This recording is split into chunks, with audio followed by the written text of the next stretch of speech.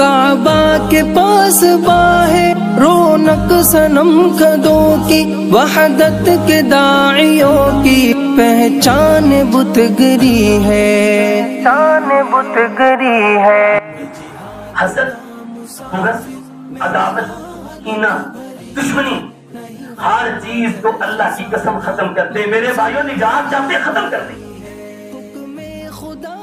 اپنے دلوں کو صاف کر لیجیے، اپنے بھائیوں کے لیے، اپنے رشتہ داروں کے لیے، اپنے عزیز و اقارب و دوست احباب کے لیے اللہ کی قسم اپنے سینوں کی کدورتوں کو نکال دیجیے، اپنے سینوں کو صاف کر لیجیے۔ اگر آپ کا دل صاف ہے آپ کی ہر چیز صاف ہے۔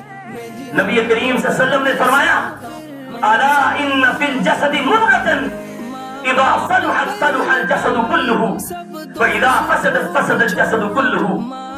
اللہ کے رسول نے فرمایا میرے صحابہ میں تمہیں ایک چیز بتا رہا ہوں، وہ جسم کے اندر ایسی چیز ہے اگر وہ چیز درست ہو جائے تو تمہارا سارے کا سارا وجود ٹھیک ہے، اور اگر وہ چیز ٹھیک نہیں تو تمہارا سارے کا سارا وجود بھی ٹھیک ہے نہیں۔ صحابہ کے اندر کہ اللہ کے نبی وہ کون سی چیز ہے؟ آپ نے فرمایا الا وہی القلب، وہ دل ہے۔ اس دل کو صاف کر لیں، اللہ رب العالمین آپ کی زندگی کی تمام الجھنیں صاف کر دیں گے، اللہ رب العالمین آپ کے تمام مسائل حل کر دیں گے۔ لیکن آپ کو کیا کرنا پڑے گا؟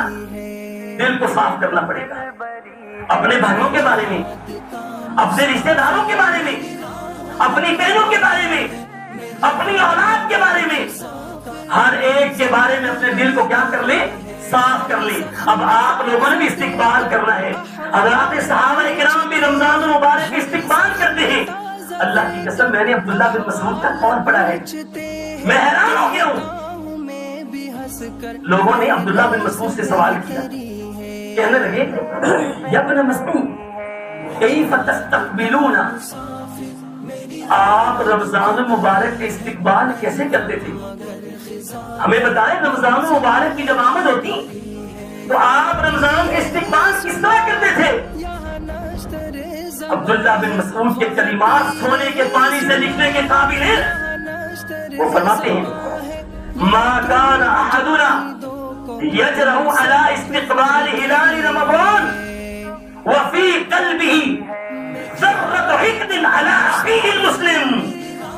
عبداللہ بن مسعود فرماتے ہیں جب رمضان کے ہلال کی آمد ہوتی، چاند کی آمد ہوتی اور ہم رمضان المبارک کے استقبال کرتے، ہمارے دلوں کی کیفیت یہ ہوتی کہ ہم میں سے کسی صحابی کے دل میں کسی کے بارے میں نہ بغض ہوتا، نہ عداوت ہوتی، نہ کینہ ہوتا، ہم اختلافات اور لڑائیوں کو چھوڑ دیتے اور ایک دوسرے کے ساتھ مل جاتے۔